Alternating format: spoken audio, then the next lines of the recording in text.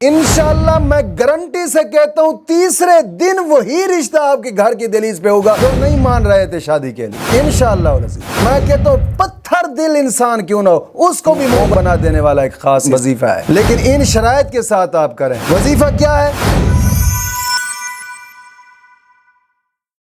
سلام ہو ان آنکھوں پر جو بیدار رہتی ہیں، سلام ہو ان آنکھوں پر جو بہتی رہتی ہیں، سلام ہو ان محرابوں پر جو روشن اور منور ہیں، سلام ہو قطرہ قطرہ بن کر گرنے والے آنسوؤں پر، سلام ہو سوختہ دلوں سے نکلنے والی آہوں پر۔ الہی ہمیں بھی ان لوگوں میں شامل فرما جن کے روزے اور نمازیں تو نے قبول فرمائی ہیں اور جن کی برائیوں کو تو نے نیکیوں سے بدل دیا اور اپنی رحمت سے جنت میں داخل فرمایا اور ان کے مراتب بلند فرمائے۔ آمین آمین آمین یا رب العالمین۔ الحمدللہ رب العالمین والصلاة والسلام علی سید الانبیاء والمرسلین، اما بعد فاعوذ باللہ من الشیطان الرجیم، بسم اللہ الرحمن الرحیم، اہدنا الصراط المستقیم، صدق اللہ مولانا العظیم۔ روحانی پاورفل وظائف میں سے آج ایک اہم سبق دوستوں کی نظر کرنا ہے جو کہ پسند کی شادی کا ایک خاص اور پاورفل وظیفہ ہے۔ دوستو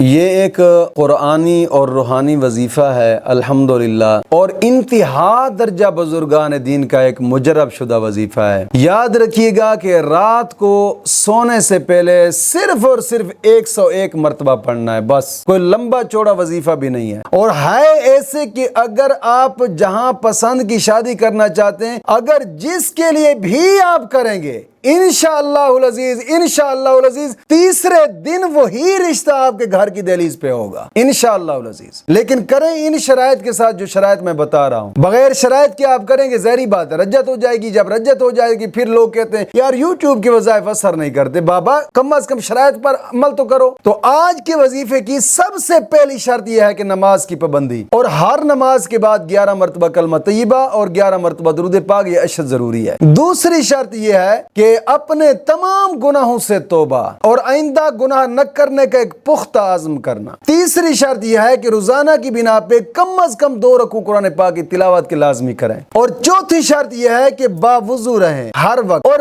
پانچویں شرط یہ ہے کہ روزہ رکھ لیں، بہتر ہے۔ ان 5 شرائط کے ساتھ آپ کریں اس وظیفے کو، انشاءاللہ میں گارنٹی سے کہتا ہوں تیسرے دن وہی رشتہ آپ کے گھر کی دہلیز پہ ہوگا جو نہیں مان رہے تھے شادی کے لیے انشاءاللہ العزیز۔ میں کہتا ہوں پتھر دل انسان کیوں نہ ہو اس کو بھی مومن بنا دینے والا ایک خاص وظیفہ ہے، لیکن ان شرائط کے ساتھ آپ کریں۔ وظیفہ کیا ہے؟ ایک تو صبح شام ایک مرتبہ سورۃ طارق اور سورۃ واقعہ پڑھنی ہے، ایک مرتبہ، اور پھر نماز عشاء کے بعد قبلہ کی طرف منہ کر لینا، نماز پڑھنے کے بعد وہیں مصلی پہ رسول پہ بیٹھ جائیں، قبلہ کی طرف منہ کر لینا ہے، اور پھر پہلے 11 مرتبہ درود ابراہیمی پڑھیں، 11 مرتبہ درود ابراہیمی پڑھ کر پھر 101 مرتبہ آپ نے سورۃ الطلاق کی یہ آیت مبارکہ پڑھنی ہے، وَمَن يَتَّقِ اللَّهَ يَجْعَل لَّهُ مَخْرَجًا وَيَرْزُقْهُ مِنْ حَيْثُ لَا يَحْتَسِبُ وَمَن يَتَوَكَّلْ عَلَى اللَّهِ فَهُوَ حَسْبُهُ، اتنے تک پڑھنا ہے سورۃ الطلاق۔ یہ آیت مبارکہ 101 مرتبہ پڑھیں، پھر 11 مرتبہ